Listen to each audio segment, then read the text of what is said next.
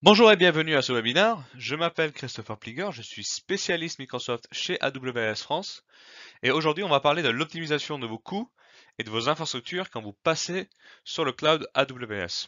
Donc on va commencer par essayer de comprendre tous les impacts que le cloud a sur vos coûts dans votre entreprise et tous les bénéfices que le cloud apporte. Et dans un deuxième temps, on va vous montrer la méthodologie que AWS utilise pour vous aider à migrer dans le cloud et estimer vos coûts et également réduire vos coûts de licence à Microsoft. Nos clients adoptent le cloud pour trois raisons principales. La première raison, c'est le développement de nouvelles sources de revenus, puisque dans le cloud, vous allez pouvoir innover rapidement, déployer de l'IT à n'importe quel moment pour tester des nouveaux projets et donc créer des nouveaux services pour vos clients, pour vos partenaires, mais également pour vos collaborateurs. Et donc créer aussi des nouvelles sources de revenus. En plus de ça, vous avez tous nos services d'innovation avec le big data et le machine learning par exemple, qui vous permettent de mettre vraiment le digital au centre de vos opérations et donc d'augmenter vos revenus potentiels chez vos clients. La deuxième raison pour laquelle les clients adoptent le cloud, c'est la réduction de coûts, puisque AWS fait du cloud depuis 14 ans et donc profite de vraies économies d'échelle, de hardware customisé pour le cloud et donc à des coûts relativement faibles pour le service délivré. Nous avons plus de 24 régions. Nous avons de la haute disponibilité avec nos zones de disponibilité dans chaque région. Nous avons une sécurité maximale qui s'applique à tout type de clients, de la santé jusqu'aux banques, jusqu'aux startups et au gouvernement. Et vous pouvez profiter de tout ça à des prix qui sont difficiles à atteindre si vous deviez répliquer tout ça dans votre propre data center. Et troisième raison pour laquelle les clients adoptent le cloud, c'est la réduction des risques, puisque vous allez pouvoir investir sur le cloud de manière progressive, vous testez un nouveau projet, vous mettez en place quelques machines, vous les louez. Si le projet fonctionne, bah, vous allez payer un peu plus, vous allez avoir plus d'utilisateurs, plus de revenus, mais vous allez augmenter votre facture. Et donc c'est quelque chose qui est progressif, et normalement, vos coûts vont augmenter avec votre revenu, et donc c'est un modèle qui est stable et plutôt prédictible. Contrairement à un modèle plus classique où vous allez devoir acheter du matériel informatique à l'avance, sans forcément savoir combien d'utilisateurs vous allez avoir, et sans forcément savoir si le matériel que vous avez acheté sera suffisant. Donc, réduction de risque. Donc maintenant qu'on comprend pourquoi les entreprises adoptent le cloud, regardons ce qui se passe dans la vraie vie. Et on voit que 88% des entreprises ont une vraie stratégie de cloud first, ont envie d'adopter le cloud et de migrer dans le cloud. Cependant, 86% des dépenses IT sont encore faites on-premise. Et c'est pour plusieurs raisons, mais la raison principale, c'est la complexité de migrer. Voilà. Faire un business case, comprendre ce que ça coûte, c'est pas si facile. Et donc on va vous aider dans ce webinaire à comprendre tous les impacts de coûts que le cloud va avoir chez vous et la méthodologie pour démarrer avec un premier business case de migration dans le cloud. Donc pour faire le tour d'horizon de tous ces coûts et tous ces impacts du cloud dans votre entreprise, je vous propose de faire ça en 4 étapes, de regarder 4 choses différentes. En premier, l'agilité. Ensuite, le scale, l'évolutivité du cloud presque illimité. Troisièmement, la fiabilité du cloud par rapport à vos environnements on-premise. Et en quatrième point, la réduction de coûts. On va commencer par l'agilité. Donc comme on a dit avant, le cloud permet l'innovation plus rapide, permet de l'agilité, euh, puisque vous allez avoir de l'infrastructure à la demande. Donc commençons par regarder ce qui se passe pour le déploiement d'une application classique. Donc ça commence par l'analyse des besoins pour l'application en termes de hardware, l'architecture, ensuite le build, l'intégration, et puis le déploiement et la maintenance. Et chacune de ces parties prend pas mal de temps. Avec le cloud, vous allez pouvoir réduire le temps et faciliter le travail de chacune de ces étapes.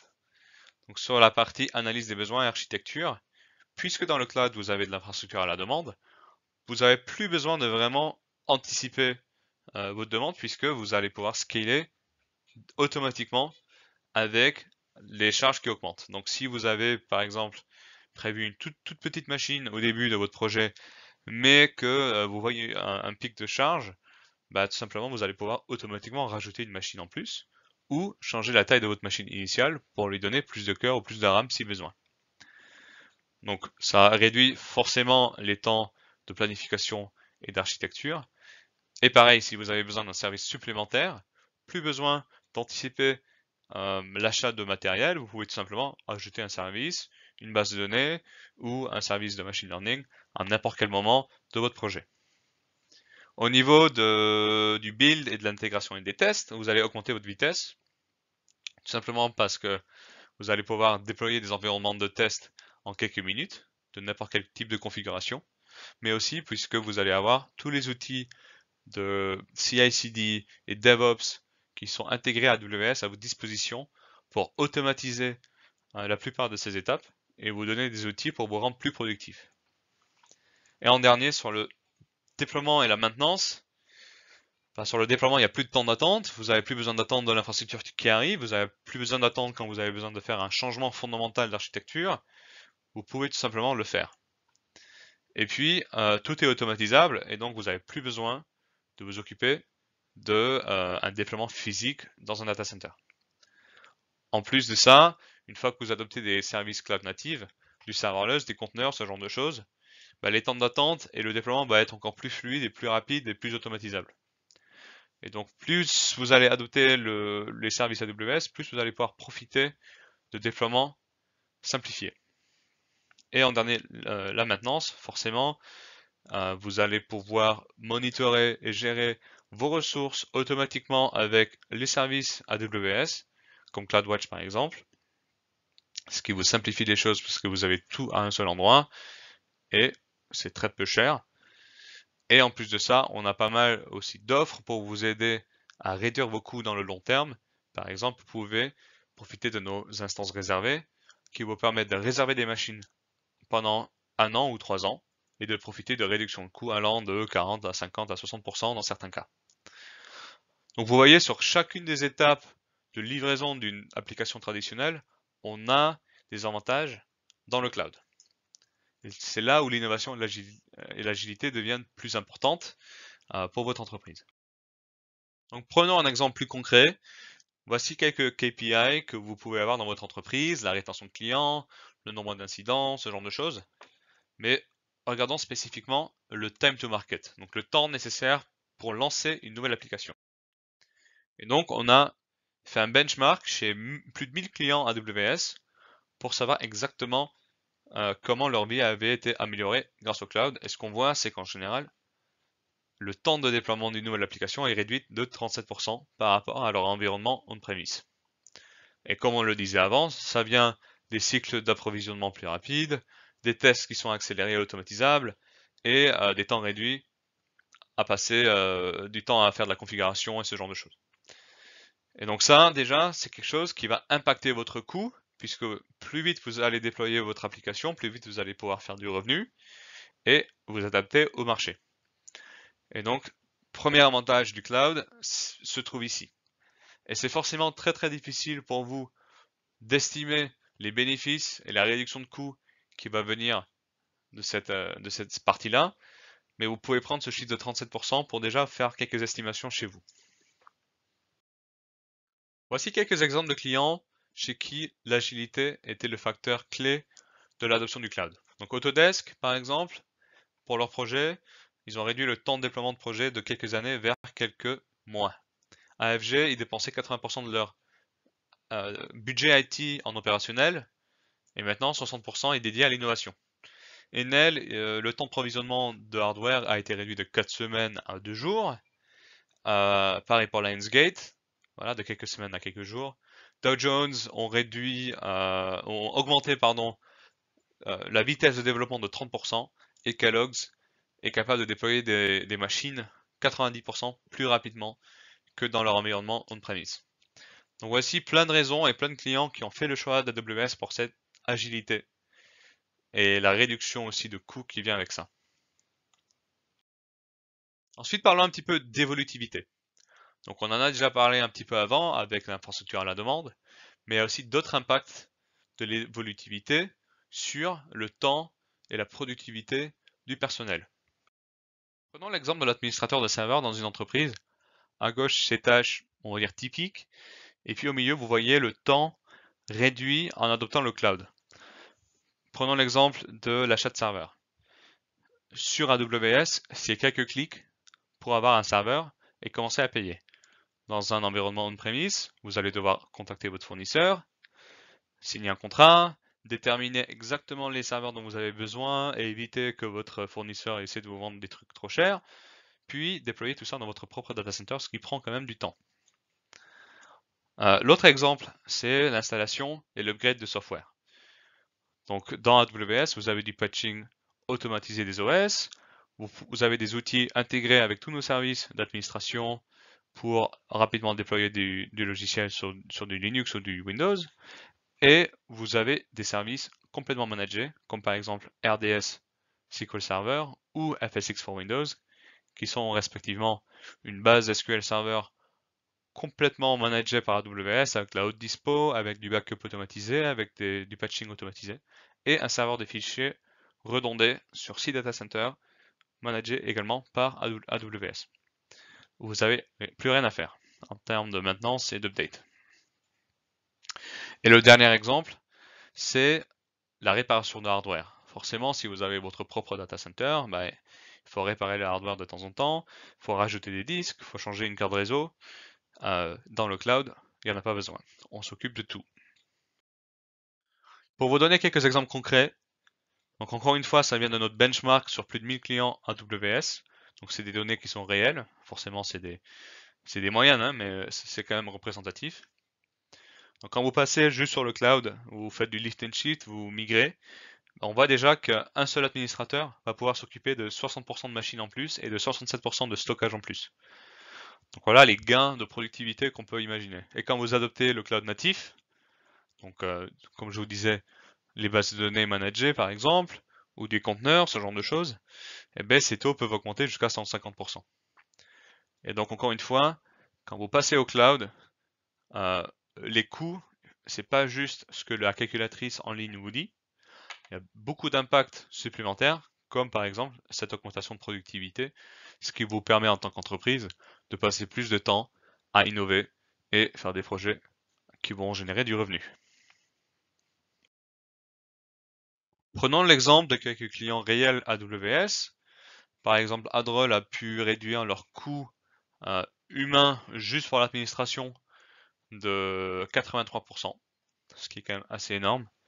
Pharma Service Provider ont pu augmenter leur efficacité sur les fonctions liées au compute, donc au serveur, de 51%. Et Newlog, par exemple, a réduit de 50% le temps nécessaire pour gérer l'administration de serveurs et de backup.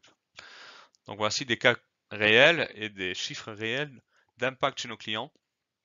Donc quand vous faites votre business case vous-même, quand vous regardez le cloud, il faut aussi prendre ça en compte et vous pouvez vous baser du coup sur ces chiffres aussi pour estimer un petit peu les gains de productivité que vous allez faire.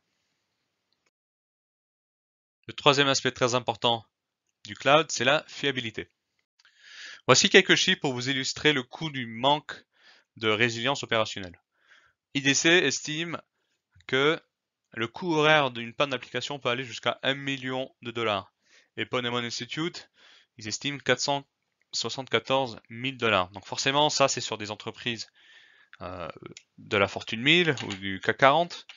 Cependant, si vous êtes une entreprise plus petite, vous avez forcément également des coûts liés à un manque de résilience. Vos employés ne peuvent plus travailler, vos clients ne peuvent plus acheter, vous allez avoir une perte de confiance aussi auprès de vos clients potentiellement. Et donc c'est important de rester résilient. Et là, on n'a même pas encore parlé de sécurité, mais forcément, les aspects sécuritaires du cloud sont aussi très importants, puisqu'une faille de sécurité, un problème de sécurité, un vol de données de vos clients, peut représenter jusqu'à 141 dollars par client. Donc aussi un sujet très important. Alors comment fonctionne la haute dispo chez AWS? Déjà, on a 24 régions, dont une région en France. Chacune de ces régions est décomposée en plusieurs availability zones, donc des zones de disponibilité. Et ces zones de disponibilité ont chacune plusieurs data centers, chacun avec des connectiques Internet et électriques indépendantes. Donc quand vous déployez votre application chez nous, vous avez le choix de mettre et la donnée et le serveur applicatif sur plusieurs zones de disponibilité avec du load balancing Et donc en cas de panne, en cas de coupure de ligne, en cas de feu ou quoi que ce soit, vous allez pouvoir automatiquement basculer sur une autre zone et on va aussi automatiquement essayer de recréer votre serveur pour garder cette autre dispo. D'autres services chez nous comme RDS SQL ou RDS Oracle ou FSX for Windows sont des services plus natifs au cloud et vous donnent accès à des bases de données ou à des serveurs de fichiers par exemple qui sont déjà 100% au dispo en utilisant CAvailaBility Zone et vous n'avez pas besoin de faire de setup, vous n'avez pas besoin de configurer, vous n'avez pas besoin de gérer les backups, tout est fait pour vous. Et donc c'est une façon simple de démarrer dans le cloud, de continuer avec les outils que vous connaissez déjà et de profiter de la haute dispo chez nous. Si on regarde maintenant l'impact en chiffres, encore une fois sur nos 1000 clients, on voit en moyenne une réduction de temps d'arrêt de 56% chez nos clients. Donc ils utilisent forcément nos zones de disponibilité, mais il y a aussi l'erreur humaine qui est réduite puisque la plupart des choses en termes d'automatisation, de déploiement, de configuration peuvent être automatisées. Et puis on a des protections DDoS et d'autres protections de sécurité intégrées à AWS qui vous réduisent également votre downtime. On peut également comparer ça à nos concurrents sur le marché. Quand on regarde les heures de downtime, les heures d'indisponibilité d'AWS sur 2 ans, depuis janvier 2020 jusqu'à mai 2020, sur toutes les régions et tous les services, on a eu seulement 3000 heures d'indisponibilité, ce qui est faible, comparé à Google avec 23 000 heures et Microsoft avec 75 000 heures d'indisponibilité. Toutes ces données sont disponibles publiquement sur leur site internet, vous pouvez aller les vérifier. Et quand on regarde également les temps d'indisponibilité, chez AWS on est plutôt autour des 2h30, Google proche des 6 heures et Microsoft plutôt autour de 8 heures. Donc imaginez vous démarrez votre journée et il y a un souci sur AWS, ce qui peut arriver, hein. Le maximum de downtime, ou peut-être pas le maximum, mais la moyenne de downtime va être autour de 2 heures. Donc au moins dans l'après-midi vous allez pouvoir retravailler, alors que chez nos concurrents, en gros la journée elle est finie quoi. Et ça c'est une vraie différence et c'est important puisqu'encore une fois on a vu le coût horaire d'une panne et donc d'avoir un cloud fiable c'est très important. Voici quelques clients qui ont fait le choix d'AWS pour la résilience. Trainline par exemple a migré tous ses workloads, tous ses serveurs vers AWS et a réduit son downtime de 60%, ce qui a amené à une réduction de coût annuel de 1,2 million de pounds, ce qui est quand même assez énorme. Et MedStar, autre exemple, ont migré vers AWS et réduit leur downtime mensuel de 120 minutes à moins de 5 minutes. Et aujourd'hui, même plutôt près de zéro. Donc deux exemples et deux clients qui ont donné des vrais chiffres sur l'impact du cloud sur leur résilience. Et donc encore une fois, quand vous passez au cloud, c'est pas que une question de coût de serveur, c'est aussi une question de coût de résilience. Donc jusqu'à maintenant, on a parlé de la fiabilité du cloud, l'agilité, l'évolutivité et la productivité pour vos employés. Et on a vu que dans chacune de ces catégories, il y avait des vraies réductions de coûts. Et maintenant, on arrive au chapitre qui va parler de la réduction de coûts. Et donc là, on va parler des choses un peu plus classiques. Quand vous faites une migration, combien ça va vous coûter et pourquoi c'est différent par rapport à votre propre data center. Mais du coup, gardez en tête que la réduction de coûts du cloud n'est pas juste liée à ça, mais également liée aux autres aspects et les autres avantages du cloud. Alors comment on fait des économies avec le cloud? C'est pas très compliqué, hein? Vous avez un projet IT, vous voulez déployer une application chez un client, et donc vous allez faire des dépenses en CAPEX pour acheter du matériel pour répondre à ce besoin anticipé. Le problème, c'est que en réalité, la demande des clients va pas être constante, va être très difficile à prédire, et donc dans votre achat de matériel, vous allez avoir des coûts d'opportunité, du matériel qui ne sera pas utilisé, mais également des opportunités manquées avec du matériel qui sera peut-être insuffisant pour répondre aux pics de charge de vos clients. Et donc, une expérience utilisateur réduite ou une application indisponible, et donc du revenu que vous allez perdre. Et c'est là où AWS devient intéressant. C'est pas juste en regardant le coût d'un serveur, c'est en regardant aussi comment vous pouvez innover avec cette agilité et cette scalabilité de l'infrastructure AWS. Vous allez pouvoir acheter des machines exactement quand vous en avez besoin. Vous allez pouvoir automatiser le scale pour rajouter des machines quand vous en avez besoin. Et forcément aussi les supprimer quand vous en avez plus besoin. Et donc ça, c'est le modèle cloud et c'est pour ça que vous allez pouvoir faire des économies. Surtout si vous êtes un business saisonnier ou que vous avez des pics sur certains jours de la semaine ou du mois, bah, le cloud peut vous aider à réduire de manière drastique vos coûts. Voici quelques chiffres pour vous mettre ça en contexte également. 84% des serveurs on-premise sont surdimensionnés par rapport aux vrais besoins de l'applicatif qui tourne dedans. Et je le vois personnellement tous les jours chez mes clients. Et c'est pour ça qu'on a une démarche d'optimisation quand on migre dans le cloud. On va y venir un peu plus tard. Seulement 16% des serveurs on-premise sont de la bonne taille pour l'application. Et ça vient de cet effet du dimensionnement qui est très très difficile. Et on préfère prendre un peu plus et surdimensionner et pas prendre le risque d'être sous-dimensionné que d'avoir un souci derrière de disponibilité d'application. Dans le cloud, ce souci n'existe plus. Vous pouvez être toujours à 100% de capacité puisque à n'importe quel moment vous pouvez ajouter des machines. Alors plus concrètement, ce qu'on va vous proposer dans le cloud, c'est de redimensionner toutes vos machines quand vous les migrez. Donc on va faire une analyse à l'avance de votre data center. On va regarder la charge de votre CPU, de la RAM, du stockage dans le temps, sur 2 ou 3 semaines. Et par la suite, on va du coup correspondre ça, on va mapper ça sur des machines EC2 dans AWS pour pouvoir justement optimiser les machines et par conséquent réduire vos coûts.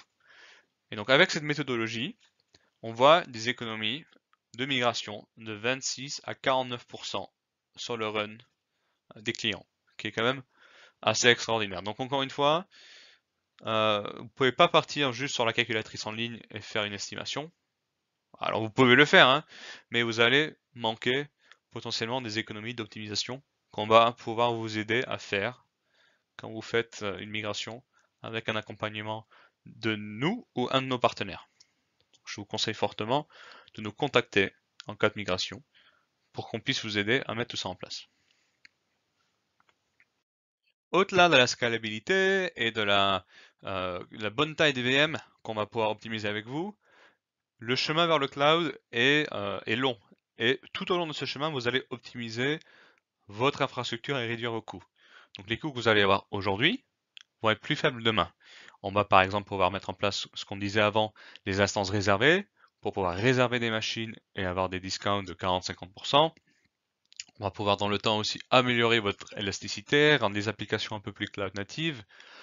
On va pouvoir ensuite optimiser le stockage en utilisant le bon type de stockage, le bon type de disque, selon votre vrai besoin, et forcément passer aussi sur des architectures cloud natives, du serverless, des managed services, donc vous n'avez plus la main sur l'administration, on gère tout pour vous. Et là, on arrive vraiment au prix final AWS en termes d'optimisation de coûts. Donc c'est un chemin qui ne se fait pas en 6 semaines ou en 6 mois, c'est un chemin qui peut prendre plusieurs années selon la taille de votre infrastructure et la complexité de vos applications. Mais ce qu'on essaye de vous aider à faire en tout cas, c'est d'optimiser toujours votre coût. Et c'est ça aussi la raison pour laquelle adopter le cloud c'est intéressant. Parce que en général, dans votre data center, plus on avance, plus les coûts augmentent, plus il faut faire de renouvellement et plus les choses deviennent complexes. Chez nous, justement, on essaye d'avoir cette courbe inverse. Ça nous amène encore une fois sur des études de cas. Donc News Corp qui, en 3 ans, ont réduit leurs dépenses en capitaux de 100 millions et ils ont seulement migré 65% dans le cloud. GE qui a réduit son TCO complet, donc son coût de possession total de 52%. Et par exemple JobVite qui estimait une réduction d'OPEX de 15 à 20% en migrant sur AWS, mais qui finalement a réduit son OPEX de 35%. Donc c'est pas que l'APEX qu'on va réduire, c'est également les OPEX avec cette productivité des employés dont on a parlé avant. Donc voilà, vous pouvez voir que les coûts sont vraiment réduits quand on passe au cloud. C'est des avantages qui sont réels. Et là, encore une fois, on ne prend même pas en compte tous les autres avantages dont on a parlé avant, comme la fiabilité et la productivité en détail des employés lors du déploiement des applications. Donc maintenant qu'on a vu toute la théorie, on va passer un peu plus aux choses concrètes. Faire votre premier business plan cloud. Donc je vais vous exposer la méthodologie AWS pour vous montrer comment on peut faire déjà une première passe en termes de plan de migration et d'estimation de coûts. Et donc on démarre avec des outils dans une analyse qu'on appelle une analyse de data center et de licence, un nom très inventif. Et en fait, avec ces outils, on va commencer par connaître votre data center, comprendre ce qui tourne dedans pour pouvoir le migrer dans le cloud. Ensuite, on va faire un mapping de coûts, donc essayer de comprendre chez vous ce que coûte votre data center, donc c'est le prix des machines, c'est le coût humain, c'est le coût de l'électricité, du refroidissement, ce genre de choses. Et également ce que ça coûte dans AWS. Et finalement, on va vous aider à construire un premier plan de migration et planifier votre migration en priorisant les bonnes applications qui auront le plus de bénéfices lorsqu'ils passeront dans le cloud. Alors comment marche concrètement cette analyse de data center? On va commencer par déployer un outil dans votre data center qui va pendant 2 ou 3 semaines analyser les pics d'usage CPU, RAM, stockage et qui va du coup pouvoir identifier exactement les machines nécessaires pour répondre aux besoins des applications. Tout en prenant en compte du coup les pics d'usage qui peuvent arriver peut-être une fois par semaine ou une fois par mois.